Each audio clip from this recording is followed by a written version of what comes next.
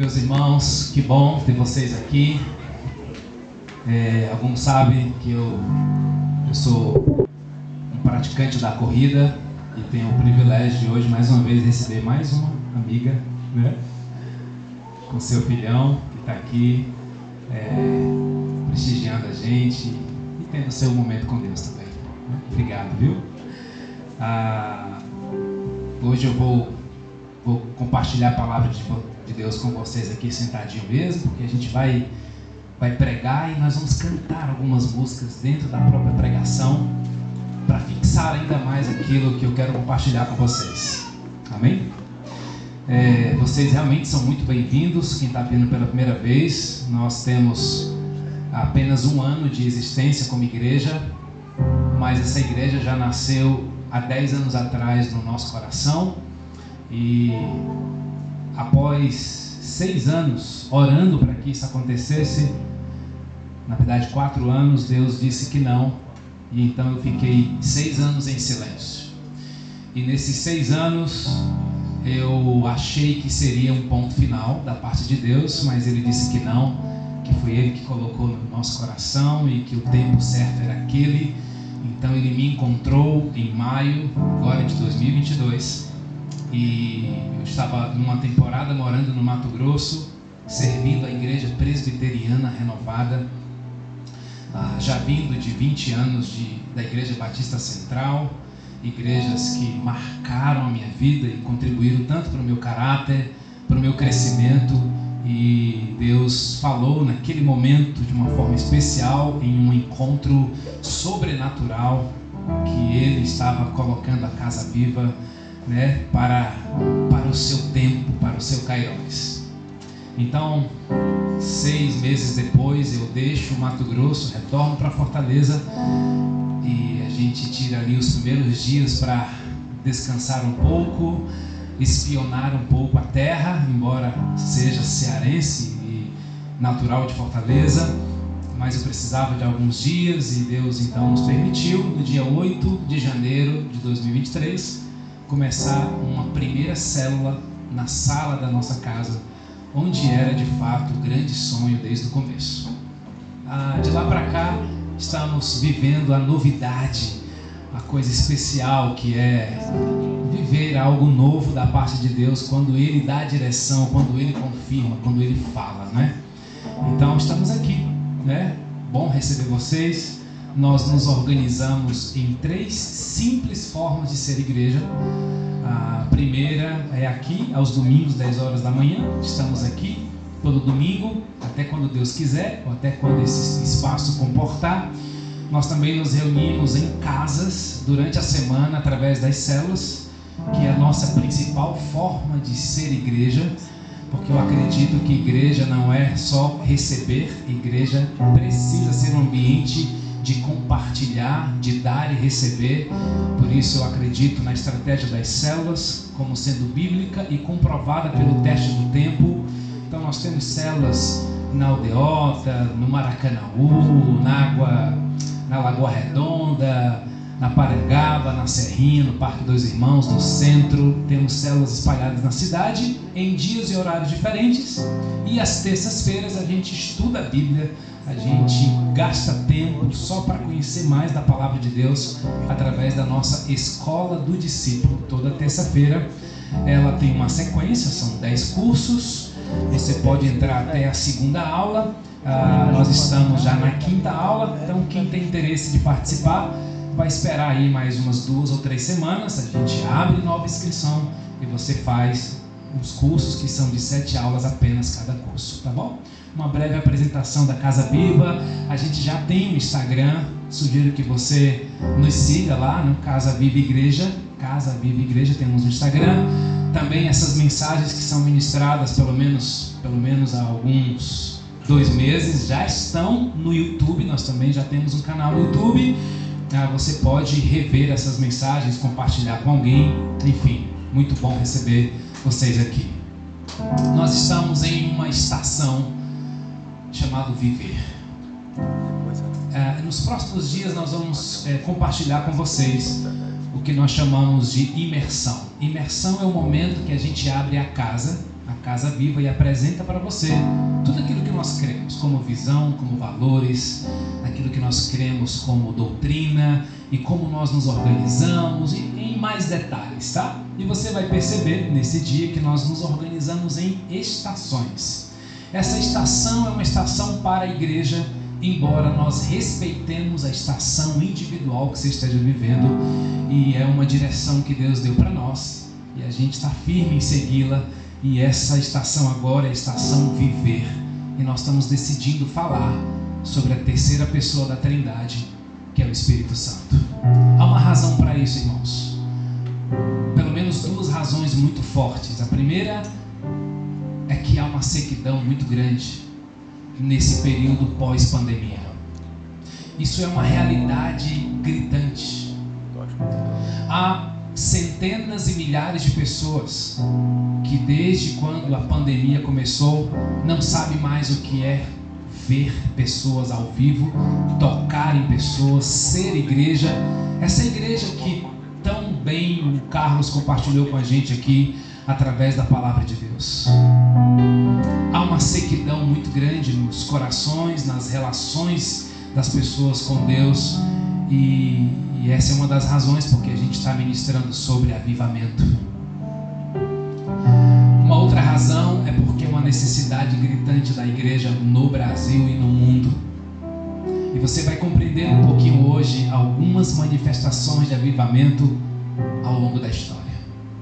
A gente está muito animado, porque essa primeira estação do ano, essa estação Viver, nesse momento, porque ela vai se repetir e Deus dará novas dimensões dessa estação, é uma estação que nós estamos focando na sua intimidade.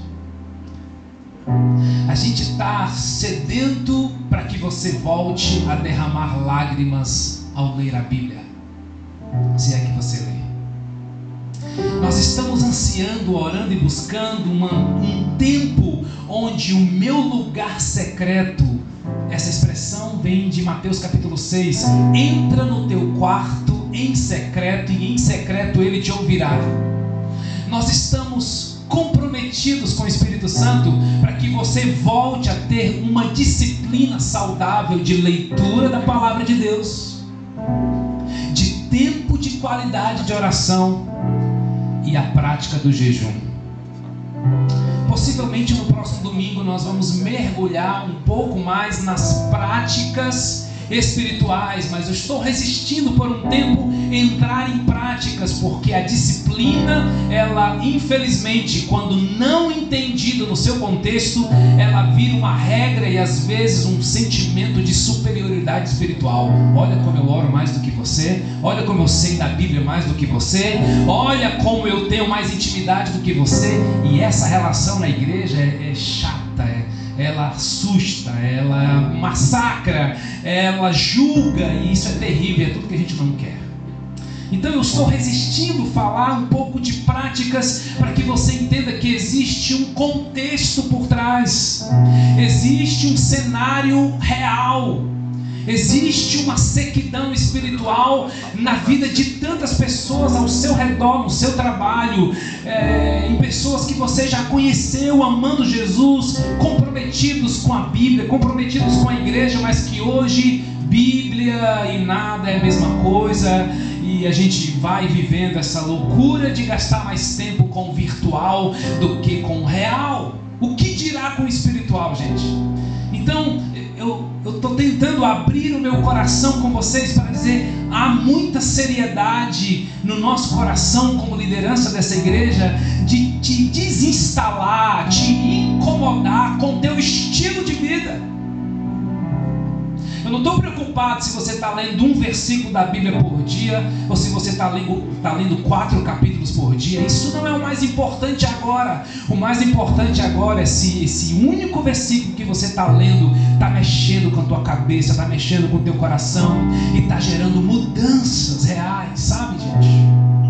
Você percebe que a gente está fugindo um pouco dos padrões da religiosidade, onde tem afastado e massacrado tantas pessoas. A gente não quer ser religioso. Você não está numa igreja que aplaude a religião. Nós somos contra a religião. Nós somos a favor do cristianismo puro e simples.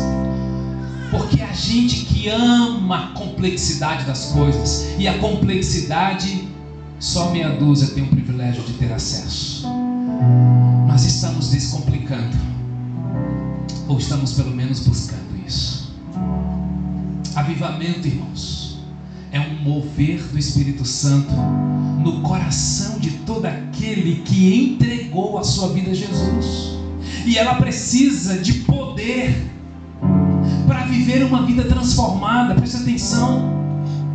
Eu não sei qual é a tua história com Deus, Jesus e Espírito Santo. Eu não sei de que igreja você veio, de qual ênfase teológica ou linha doutrinária você veio, mas eu preciso te dizer, a gente precisa viver essa saudável integração de Deus Pai, Deus Filho, Deus Espírito Santo. E por uma razão ou outra, nós estamos de fato num período onde a pessoa do Espírito Santo está sendo muito mal compreendido. Aliás, as maiores brigas e as maiores divergências entre igrejas estão na pessoa do Espírito Santo. Por isso nós precisamos entender o Espírito Santo. Por isso essa manhã tem um pouco de devoção. É como se eu estivesse fazendo um devocional com vocês essa manhã.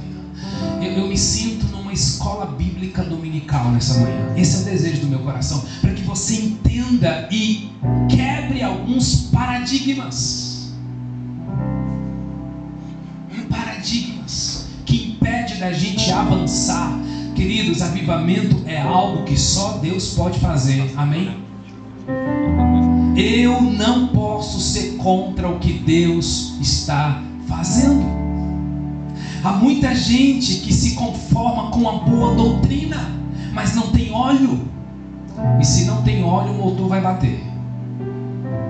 E é por isso que nós precisamos de reavivamento. E é só no poder do Espírito Santo que nós encontramos revestimento para andarmos sobrenatural. O avivamento, irmãos, é estilo de vida de quem entendeu o novo nascimento em Jesus. Porque, como diz as Escrituras, eu os batizo com água para o arrependimento, mas depois de mim vem alguém mais poderoso do que eu, tanto que não sou digno nem de desatar as suas sandálias. Ele vos batizará com o Espírito Santo e com fogo.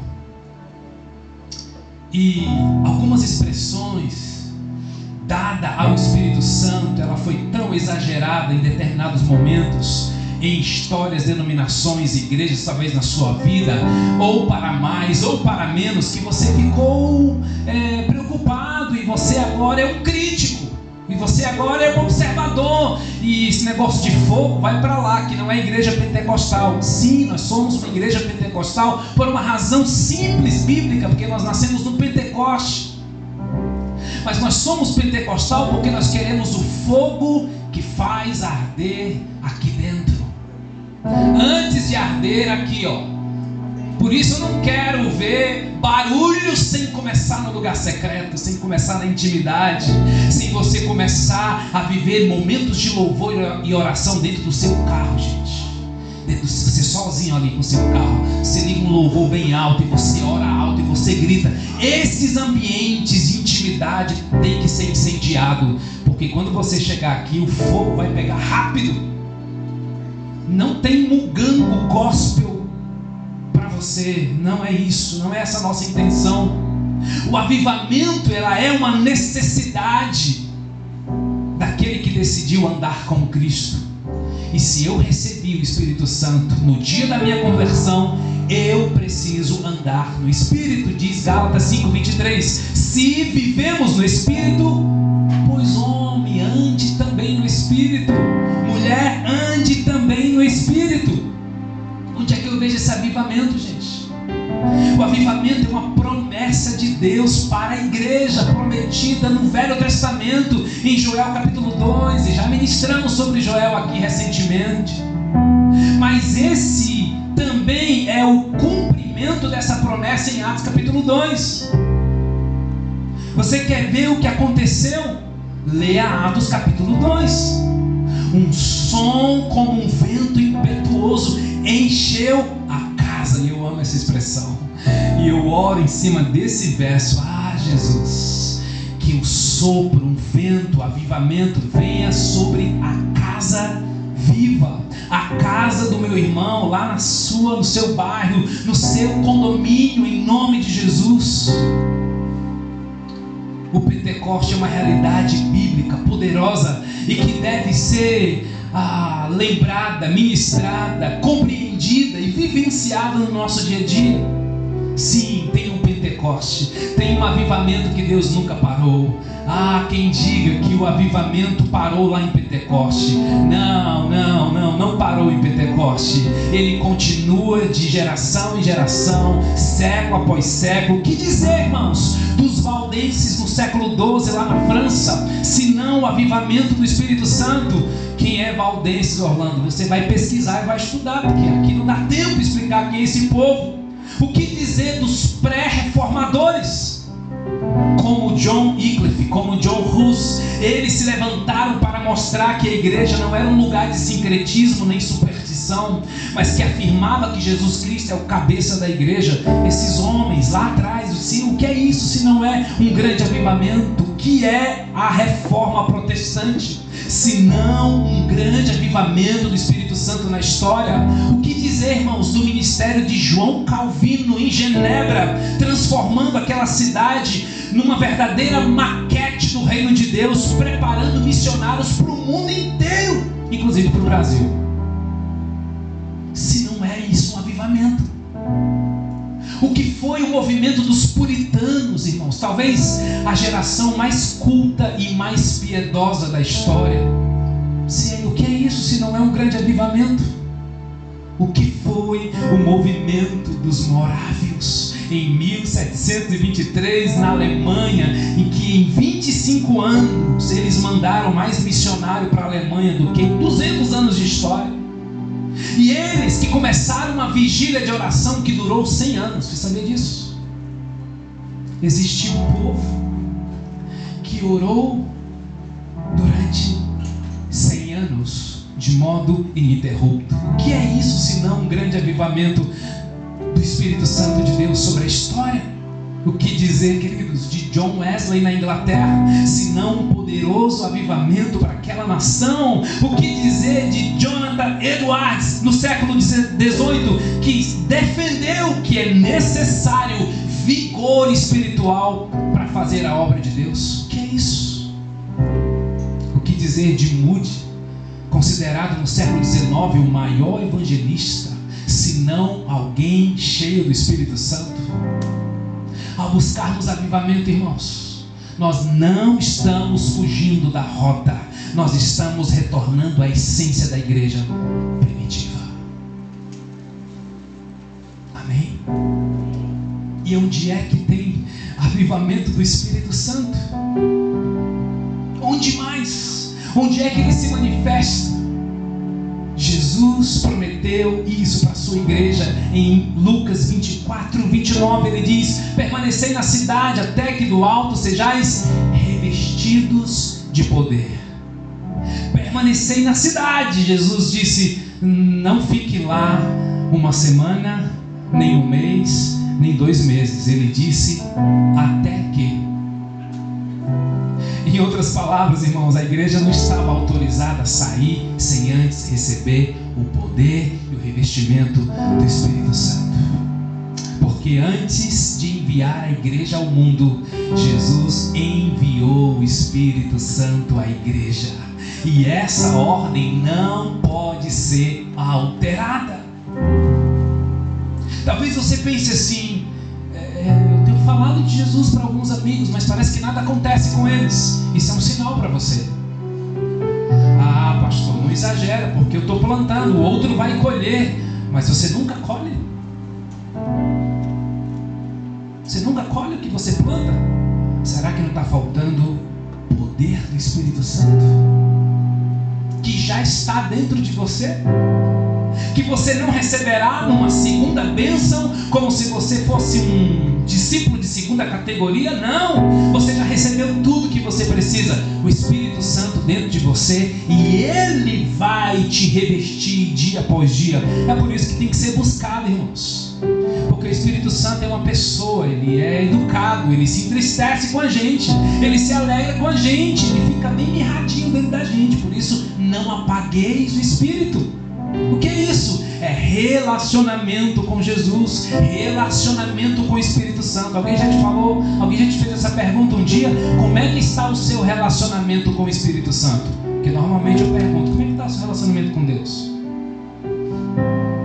E esses discípulos, 120, se reuniram num cenáculo e todos perseveravam unânimes em oração. Por quanto tempo?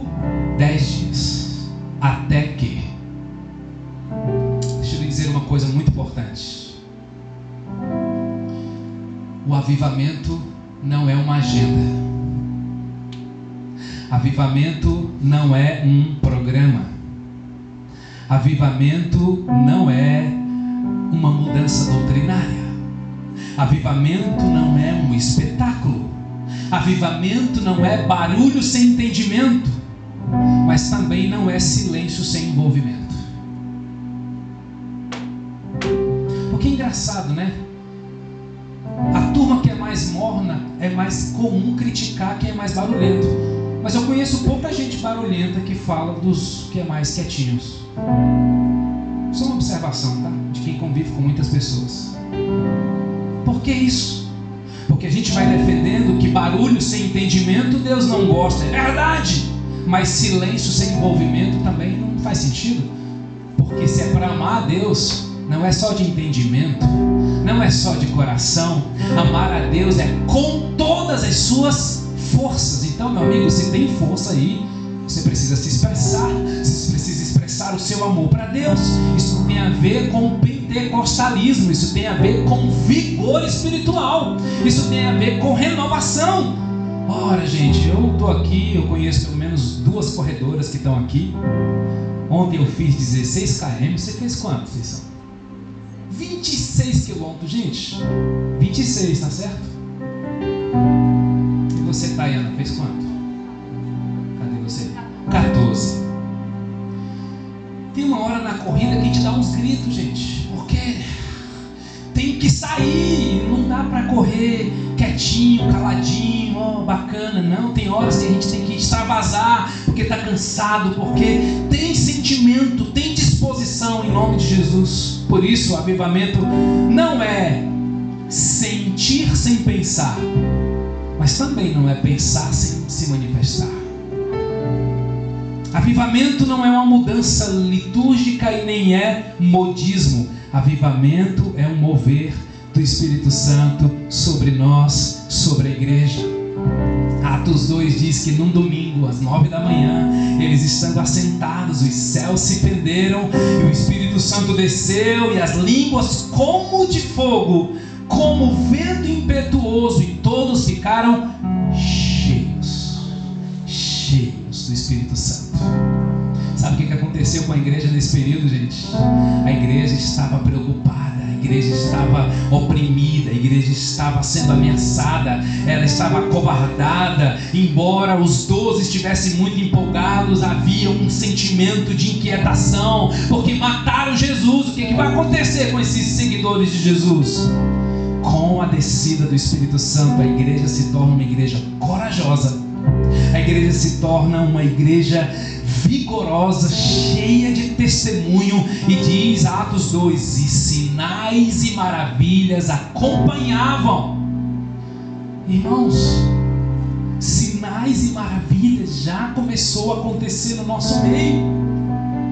Já começou a acontecer no dia a dia, na saúde, no secreto, no lugar. Se você esteve domingo passado aqui e ouviu aqueles 2 irmãos compartilhando seus momentos individuais, eu disse: é isso.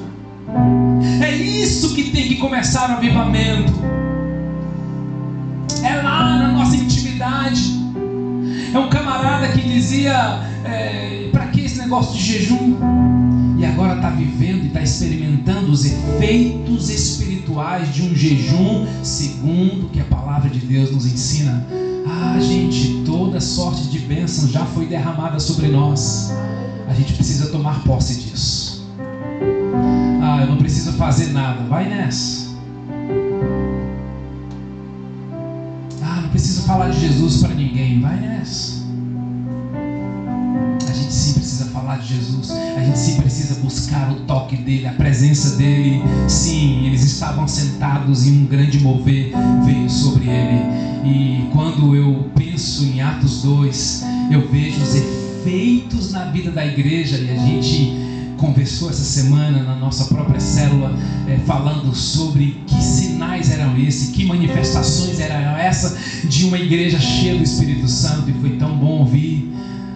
Mas aí quando eu penso nesse momento, me vem à memória uma canção que a gente começou a cantar recentemente. E eu acho importante você entender que ela faz parte de um contexto e ela fala muito. Eu sou um barulho diferente, é como um vento veemente. Eu vejo línguas como fogo pousando sobre o ambiente. Cantando Atos 2. Nós estamos reunidos, a casa está preparada, pode soprar o vento, reacender a brasa. Você pode cantar isso? Nós estamos reunidos, a casa está preparada, pode soprar o vento, reacender a brasa.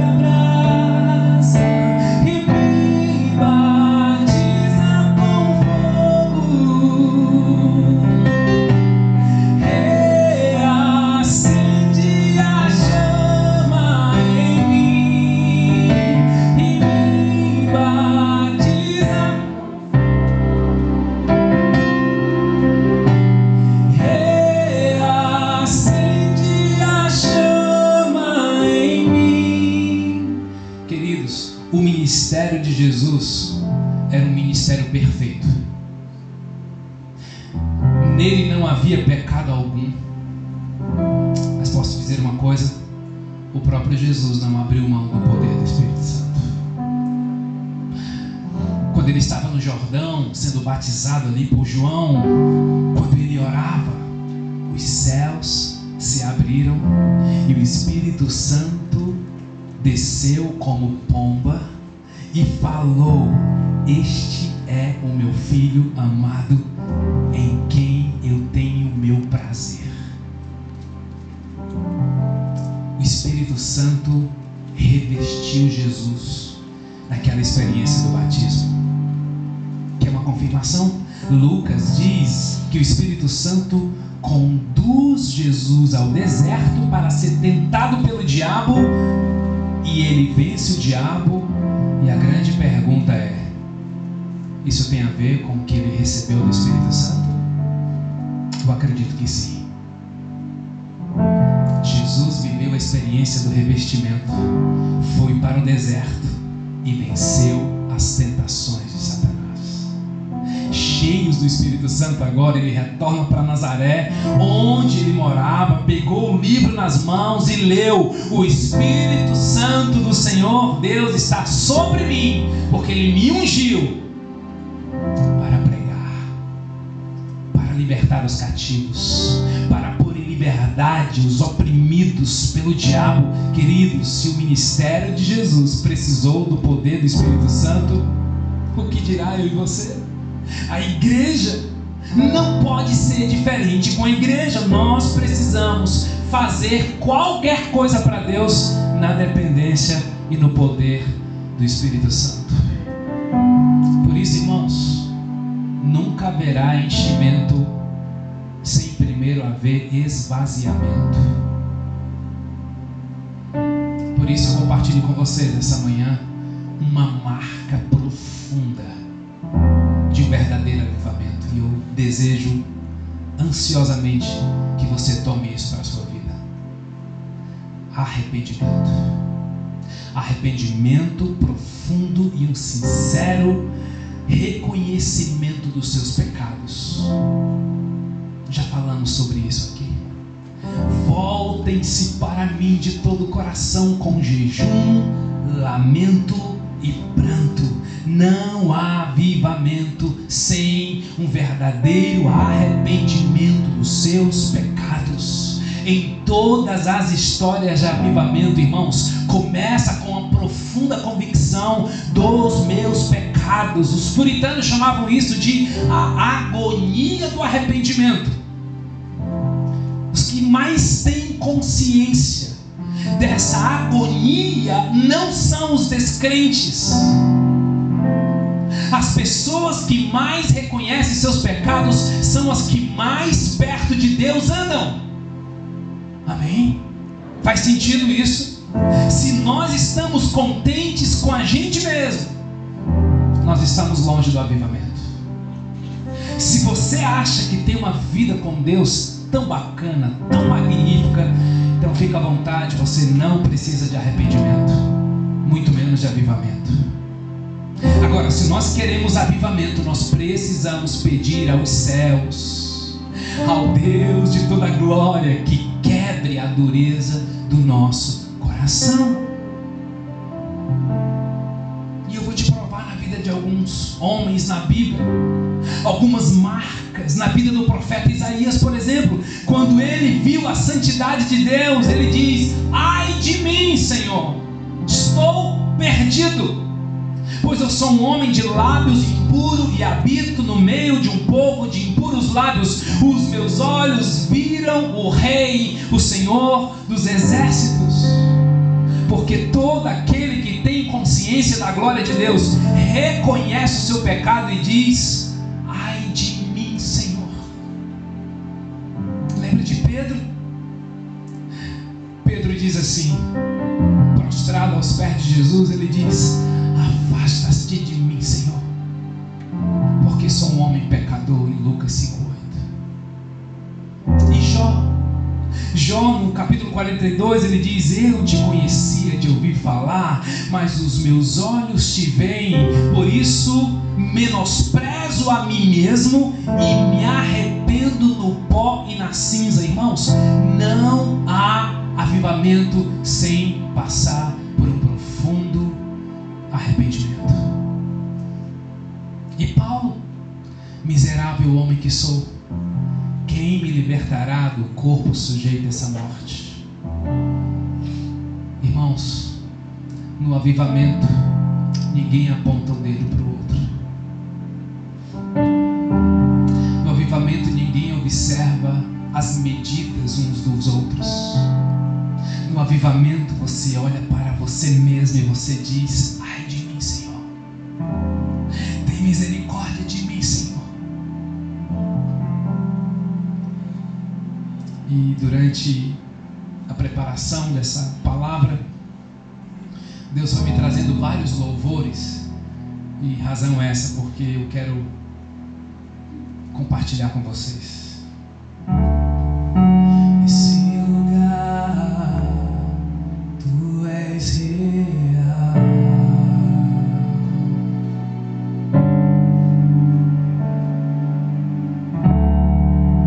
Vou me entregar totalmente. Você pode fazer desse louvor a sua entrega, a sua confissão. O teu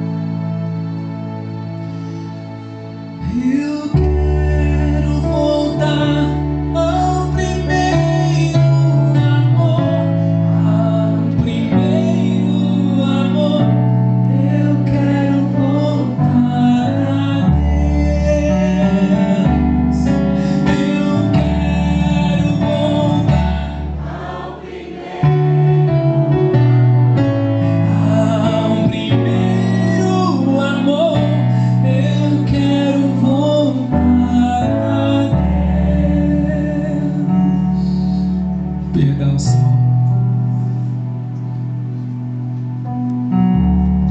O Senhor tem ouvido as confissões do teu povo.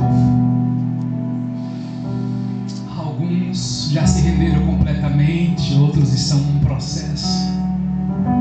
Eu só te peço, Senhor, que o Pentecoste visite cada um nessa manhã. Seja mais tarde em casa, seja na próxima semana, não sei, Senhor. Mas o até que de cada um aconteça. Para a igreja foram 10 dias.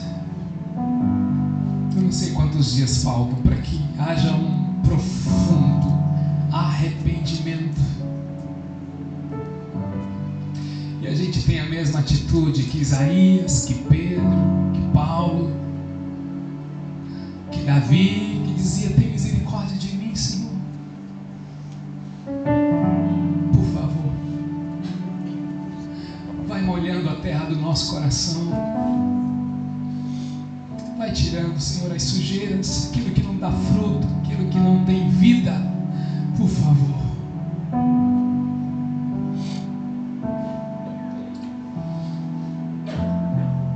Nesse primeiro tempo, nesse primeiro ponto que eu trago como marca para vocês.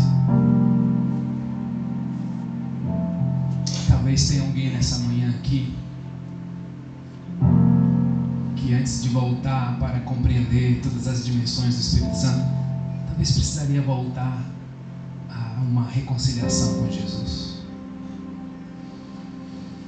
Talvez você está ouvindo tudo isso essa manhã dizendo assim: ainda não consigo entender. É que você só vai experimentar o Espírito Santo na sua plenitude quando você reconhecer Jesus como Senhor e Salvador da sua vida. Eu lembrei de uma canção da Fernanda Brum. Volta pra casa, volta pra igreja, rasga do peito a vergonha e a dor. Cristo te chama, vem sem reservas, esqueça o passado, Ele apagou. Mas volta pra casa, te empresto meu ombro, rasga do peito a vergonha e a dor. Cristo te chama, mesmo feridos, o amor que cura te faz vencedor. Volta pra casa, rasga do peito a vergonha e a dor. Cristo te chama, vem sem reservas. Ele apagou, mas volta pra casa, te empresto meu ombro, rasga do peito a vergonha e a dor. Cristo te chama, mesmo ferido, o amor que cura te faz vencedor. Ele te espera, tá? Sabe, uma segunda marca de um verdadeiro arrependimento, gente, é quando eu tenho sede de Deus. Irmãos, há muitos símbolos sobre a pessoa do Espírito Santo na Bíblia. O Espírito Santo é como vento, como fogo, como azeite, como pomba e como água. E por que como água? Tem algumas lições que a água nos ensina. Quero trazer só duas para te despertar sede. Primeiro, não tem vida onde não há água. Você pode ter o melhor terreno, a melhor semente, os melhores insumos, os melhores adubos, a melhor tecnologia. Se não tiver água, a semente morre. A parábola do semeador fala da semente que é roubada. Mas essa semente aqui é a semente que não é cuidada, que não é aguada, no sentido de que precisa de água para gerar vida.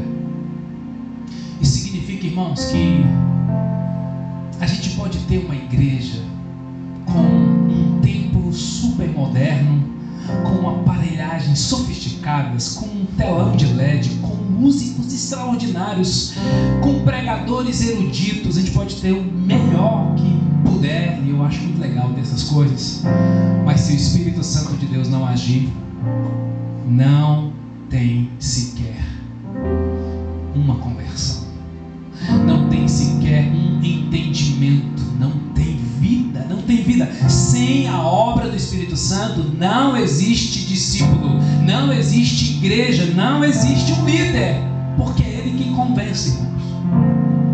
Ele é quem convence do pecado, é Ele o penhor e a garantia da nossa salvação, é o Espírito Santo quem esculpe em nós a beleza de Cristo. Então nós precisamos desejar o Espírito Santo. Uma outra razão é que a água ela é necessária para limpar, para purificar. Quando o Espírito vem, a Bíblia diz que ele convenceria o mundo do pecado e não dos pecados. O que é isso? Pecado aqui é o pecado de não crer em Jesus. Ele vai convencer o homem primeiro de que Jesus é Senhor e Salvador da sua vida. Por isso, o pecado que ele convence é o pecado da incredulidade. E quem esteve domingo passado vai entender quão foi importante a gente entender os processos do avivamento na nossa vida. E a gente precisa ultrapassar a barreira da incredulidade. Sabe por quê? Porque a incredulidade é o pecado que me leva para o inferno. A incredulidade é o pecado de não crer em Jesus segundo a palavra de Deus. Sabe qual é a mensagem de Deus para a igreja? Arrependei-vos, crê em mim. Se você crê em Jesus, meu irmão, minha amiga, meu amigo, não importa o que você foi, se você crer em Jesus, não importa o que você fez, quais segredos ainda você mantém lá no seu íntimo e no tribunal da sua consciência, eu só sei que o Espírito Santo de Deus pode te convencer e te apresentar Jesus, e Jesus te salvar, te perdoar, te limpar e dizer: é daqui para frente. Porque quem está em Cristo, nova criatura é. As coisas velhas já passaram e eis que tudo novo se fez. Eu te pergunto, você tem sede de Deus? Você poderia dizer, como diz o Salmo 42, como a corça anseia por águas correntes, a minha alma anseia por ti, ó Deus. A minha alma tem sede de Deus. Você está entendendo o que o Espírito Santo está falando para a Casa Viva? É preciso ter sede, porque alguém que ler a Bíblia sem sede de Deus só vai encontrar letras, e às vezes a letra mata. Você está entendendo por que a gente precisa ter intimidade com o Espírito Santo? Porque quando a gente entende que a gente está se relacionando com uma pessoa e não com as palavras dessa pessoa, está tudo integrado, pastor. É verdade, está tudo integrado, mas não coloque uma coisa na frente da outra. Se você já leu João capítulo 15, você vai ver o verbo permanecer aparecendo várias vezes. Permanecer. O pai é o agricultor, eu sou a videira verdadeira, disse Jesus, João capítulo 15, verso 1. Eu sou a videira verdadeira, vocês são os ramos e o meu pai é o agricultor. Todo ramo que estando em mim não dá fruto, ele corta, e todo aquele que dá fruto, ele poda para que dê mais fruto ainda.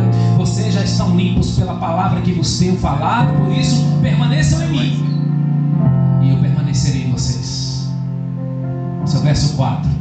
Somente no verso 7 ele vai dizer: se vocês permanecerem em mim e as minhas palavras permanecerem em vocês, pedirão o que quiserem e lhes será concedido.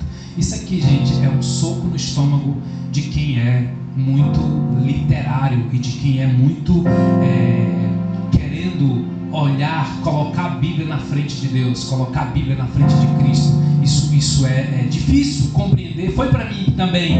Eu entendo que não pode existir nada entre eu e Jesus, nada. Nem a Bíblia, Orlando, nem a Bíblia, é eu e Jesus. Quando eu me encontro com Jesus, eu preciso conhecê-lo. E o melhor, insubstituível, perfeito, infalível, inerrante palavra é a Bíblia. Quer dizer que eu posso ler a Bíblia sem intimidade com Deus da Bíblia? É só o que tem por aí, gente. Isso é muito triste. Isso é muito triste. Gente que usa a Bíblia para manipular. Pessoas que leem a Bíblia sem intimidade com Deus da Bíblia, usa a Bíblia até para justificar os seus pecados, tá? Sua manipulação, se utilizando de artifícios de inteligência, de várias coisas, de comprovações científicas para comprovar e justificar o seu pecado, entende? Isso é tão perigoso, gente, e que Deus guarde o nosso coração para a gente nunca perder a intimidade com Deus da Bíblia, com o Espírito Santo, porque é Ele que dá para nós revelação. Não é ler apenas, é ler com os olhos que o Espírito Santo nos dá para a gente receber a revelação que Ele quer nos dar. Isso é muito profundo, gente. Permanecei em mim e só depois permaneçam nas minhas palavras. Se vocês permanecerem em mim e as minhas palavras permanecerem em vocês, pedirão o que quiserem e lhes será concedido. Isso é incrível. O verso 5 diz que sem mim vocês não podem fazer coisa alguma, entende? Que eu preciso andar numa consciência da presença de Deus. Que eu preciso andar sedento por água, sedento por mais de Deus. Ei, querido, entenda isso. O avivamento é você ter sede de Deus.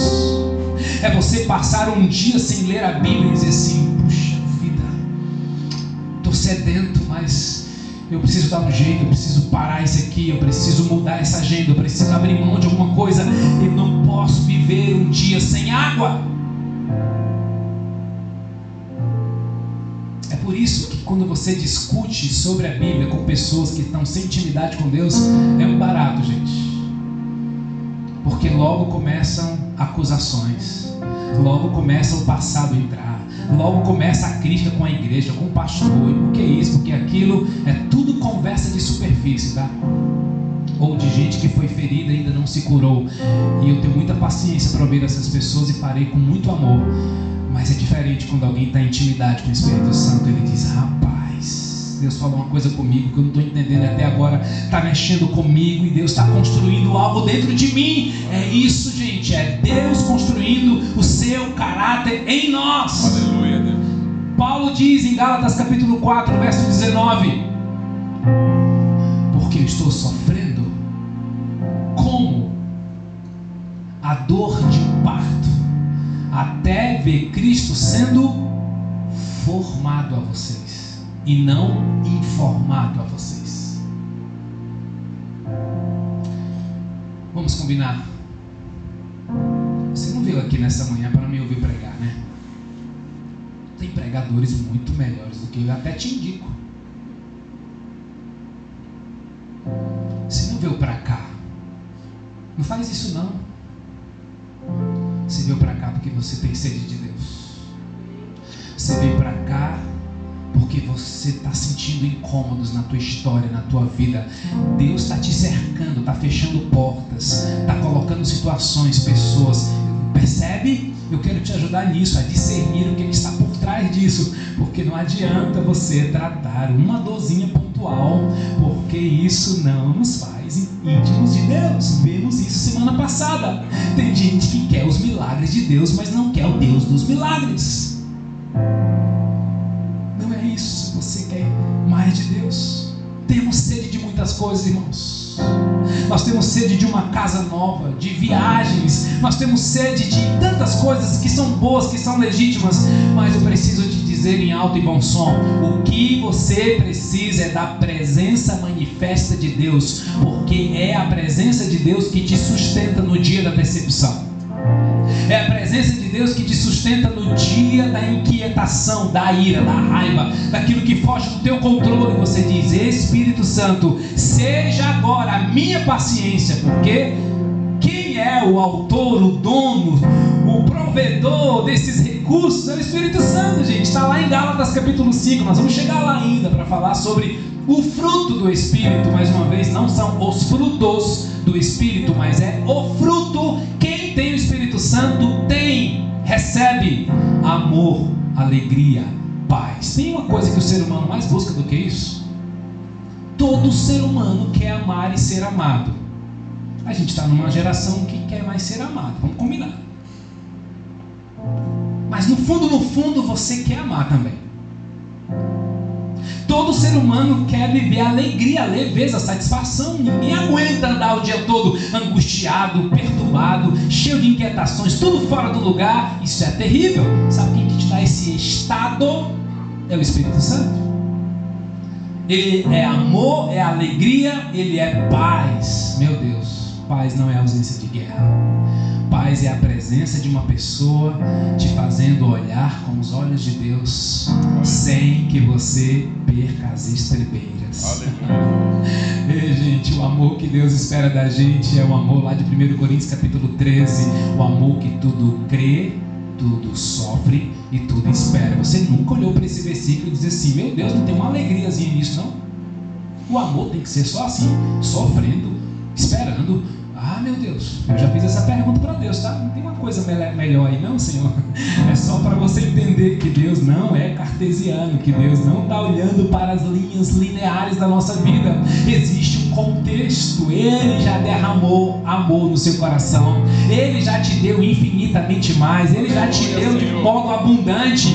Ele vai dizer: tem dias, tem semanas, tem estações na sua vida que você vai ter que aprender a amar sofrendo. Você vai ter que aprender a amar esperando. Por favor, espere o tempo de Deus. O que nós precisamos é da presença de Deus. É isso que você precisa. E aí me veio uma outra canção.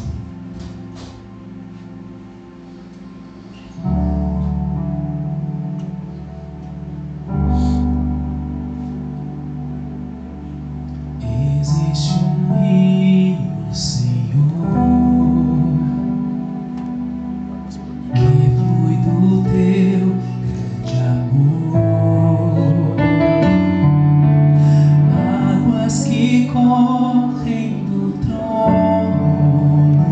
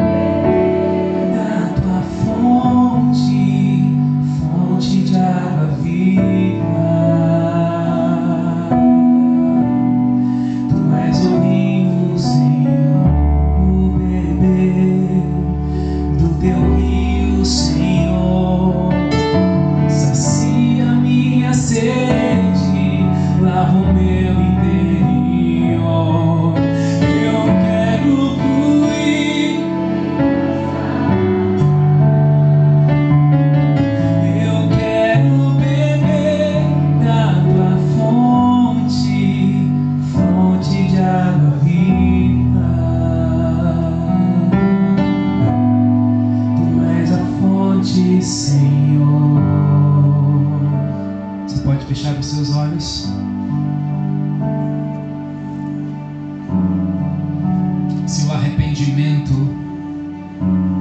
é uma evidência de um verdadeiro arrependimento, a sede de Deus é uma outra evidência. Essas duas atitudes preparam você para o novo.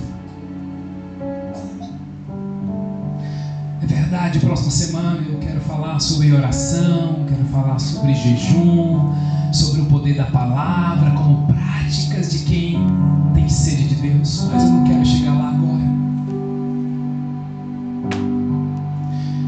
Eu queria dar tempo para você nessa manhã, para fazer uma reflexão mesmo no seu coração, para dizer: como é que está a sua sede de Deus?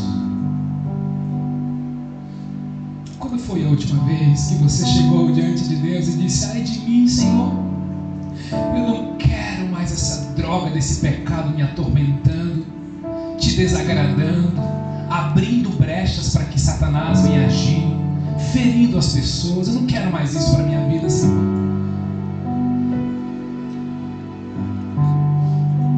Mas Deus pode ter marcado um encontro com você nessa manhã para trazer incômodos que vêm dos céus.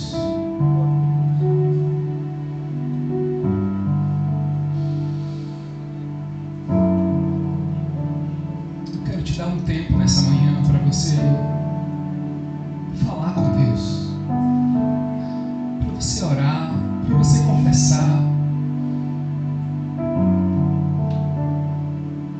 Eu não posso fazer isso por você.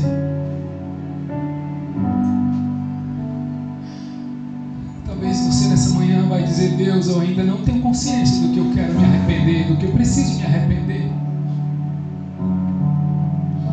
mas eu sei que eu preciso. Eu sei que eu preciso.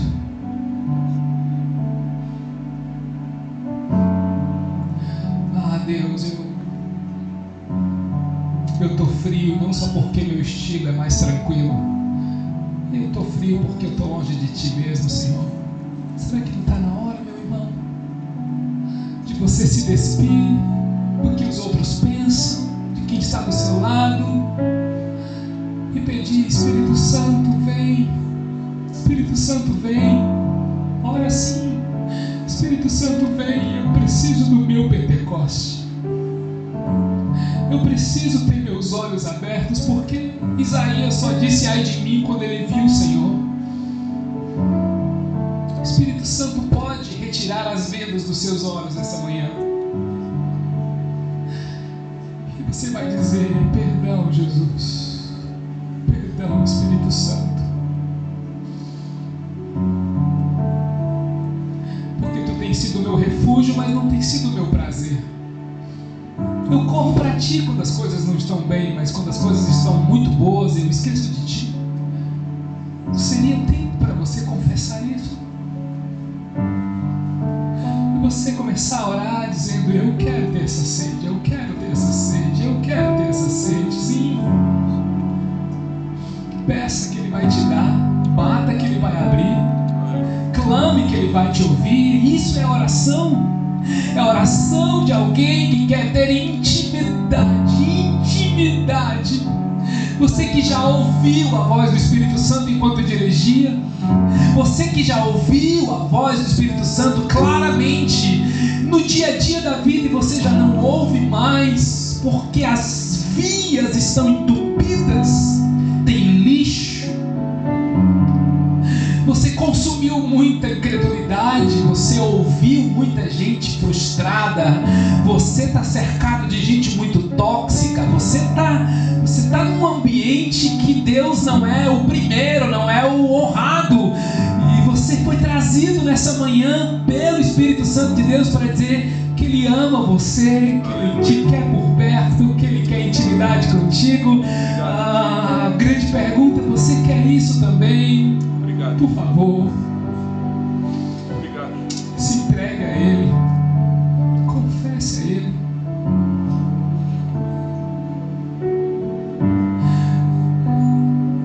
Eu sei que hoje não foi uma pregação expositiva, porque o Espírito Santo conduziu assim, mas é uma palavra para o seu coração. está a sua sede de Deus? Você quer mais dele? Deus tem promessas para você. Isaías 44 vai dizer: pois derramarei água na terra sedenta. Eu derramarei água, torrentes na terra seca. Meu Deus, é isso que eu te peço. Derrama torrentes sobre a terra seca. Meu Jesus, qualquer pessoa nessa manhã que se sente assim, com um coração tão endurecido, que não percebe, não sente, não se emociona, não vê nada, Deus, vem com teu olhar de misericórdia, toca, abraça, cura e derrama do teu Espírito sobre ela, bênção sobre a sua descendência. Tua palavra diz: eles brotarão como relva nova, como salgueiros junto a regatos. Senhor, aqui há uma geração sedenta por ti. Sim, fale com ele.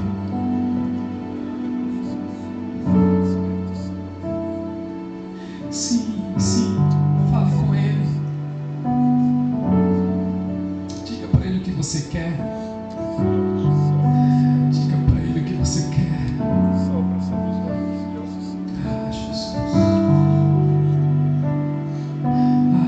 Jesus. Jesus, vem sobre nós, vem sobre nós, vem sobre nós.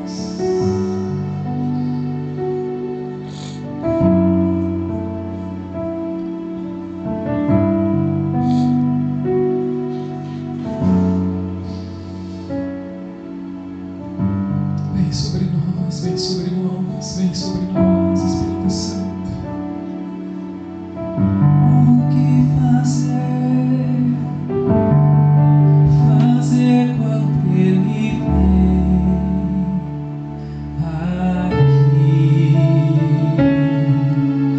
Mais que ser bem-vindo, nós te desejamos outra vez aqui. O que dizer?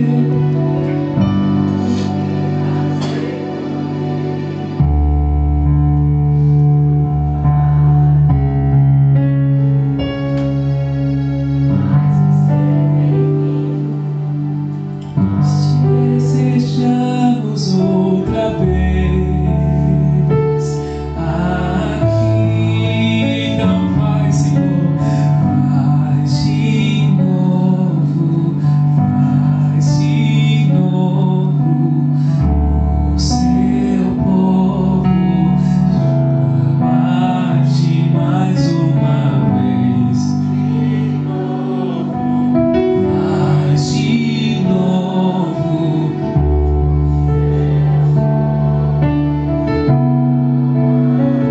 Mais uma vez, de novo, faz de novo o seu povo. Chama-te mais uma vez, faz de novo o seu povo. Chama-te. Ainda com seus olhos fechados, eu quero perguntar nessa manhã: alguém que, movido pelo Espírito Santo, entendendo a mensagem aqui compartilhada, já sentiu, já viu o toque do Espírito Santo sobre a sua vida, e nessa manhã você diz: eu quero começar essa jornada na minha vida, eu quero sim reconhecer Jesus Cristo como Senhor e Salvador da minha vida, para que Ele transforme a minha vida. Eu quero sim me converter a Jesus, não a religião, não a uma igreja, não a um pastor, mas uma conversão, porque é necessário nascer de novo. Eu preciso te ajudar a entender isso. Ninguém nasce filho de Deus, nós nascemos criatura de Deus, e é necessário um novo nascimento, e esse nascimento é da água e do Espírito Espírito. Esse nascimento é o nascimento de uma nova vida. Diz a palavra de Deus em Romanos capítulo 10, versículo 9: se com tua boca confessares a Jesus como Senhor e em teu coração creres que Ele ressuscitou dentre os mortos, serás salvo. E só é salvo quem reconhece que está perdido. Por isso nessa manhã eu pergunto a alguém nesse auditório: você vai ser tão amado, preste atenção, ninguém está aqui te observando. Eu estou de olhos abertos porque eu preciso enxergar o ambiente junto com você. Há alguém nessa manhã que diz: eu quero ser um discípulo de Jesus, entregando a minha vida a Ele como Senhor e Salvador. Você só levanta uma das suas mãos. Amém. Aleluia, Senhor. Amém. Amém, querido. Amém. Amém. Aleluia. Duas pessoas nessa manhã estão dizendo: eu entrego a minha vida a Jesus como Senhor e Salvador.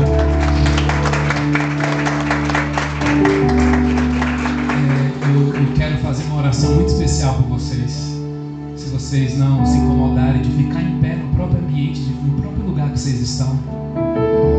E eu tenho certeza que o Carlos, que está do lado desse querido, vai ficar abraçado com ele. E essa querida que está aqui na frente, se você puder ficar em pé. Fátima, fica do ladinho dela. Mais alguém, gente? Quer entregar a sua vida a Jesus nessa manhã?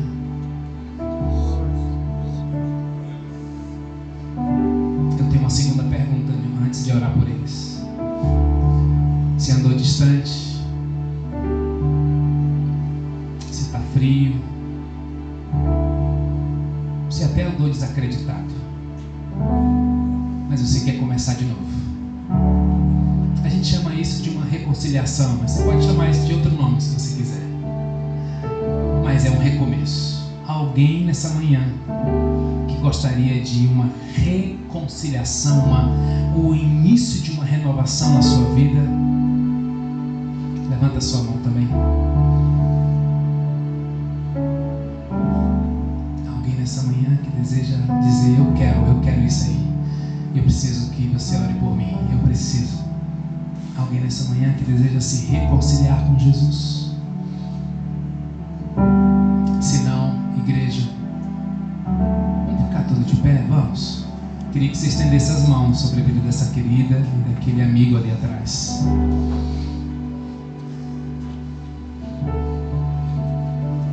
Esse querido amigo e esta querida mulher que se levantou entregando a vida a Jesus, eu gostaria que vocês repetissem comigo esta oração: Jesus. Somente os dois. Jesus, nessa manhã eu entrego a minha vida a Jesus Cristo. Tu és, a partir de hoje, o Senhor da minha vida, o Senhor do meu passado, o Senhor do meu presente, o Senhor do meu futuro.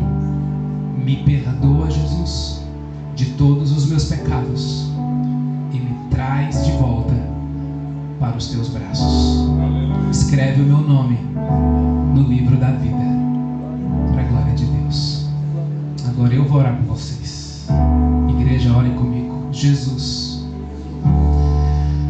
abençoa esses dois irmãos. Eles são amados, eles são queridos e eles são aceitos em nossa família. Abençoa cada dia, cada parte da vida, da família, da intimidade, dos sonhos de cada um, para a glória de Deus. Em nome de Jesus. Eles poderiam receber um abraço de vocês? Aleluia.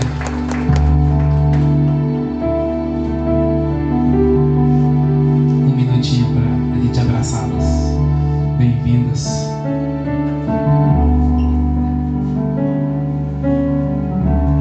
A gente vai cantar uma última canção e depois eu tenho 3 recadinhos para dar para você. Então não saia ainda, tá bom?